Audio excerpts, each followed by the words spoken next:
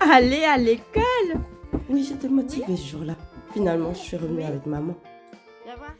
J'étais malade, et toute la famille aussi d'ailleurs.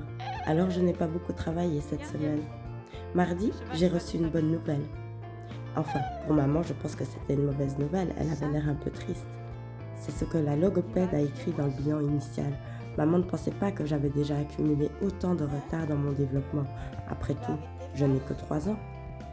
Je vais devoir apprendre à jouer avec quelqu'un d'autre que maman. Et moi, j'adore jouer encore et encore et encore. Maman m'a dit qu'on ne sait pas calculer le temps que ça va prendre.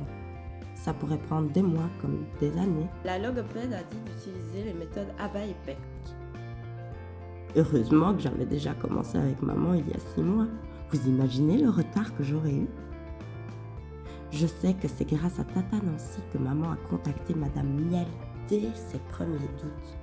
Et ma psychologue, c'est elle qui a encouragé maman à commencer avant le diagnostic. Alors mille merci. Merci à vous tous aussi qui nous soutenez. Merci pour tous vos messages d'encouragement. Nous avons chaque fois beaucoup de plaisir à les lire.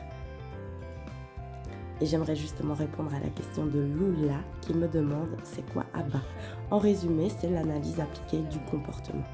Une méthode qui vient des États-Unis, dont l'efficacité est prouvée chez des enfants présentant un trouble du spectre autistique pour développer la communication et l'autonomie, à condition de le faire le plus tôt possible et de façon intensive.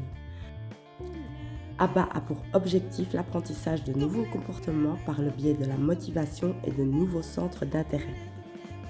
Chaque compétence doit être décortiquée en une série de gestes simples et lorsque ces gestes simples sont acquis, on travaille la compétence dans son ensemble. Vous avez par exemple pu voir toutes les étapes que Yanis doit d'abord apprendre avant d'acquérir le pointage. Progressivement, je retire les aides que je lui ai apportées jusqu'à ce que le comportement soit réalisé sans aucune aide. Après, ça demande des heures et des heures d'entraînement pour que le nouveau comportement devienne naturel.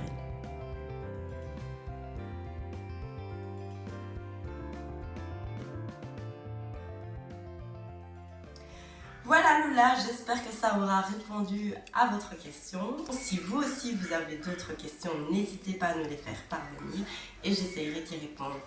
Maintenant, on vous laisse, oui. Et on se dit à la prochaine. Au revoir. Mais c'est moi qui devais le dire.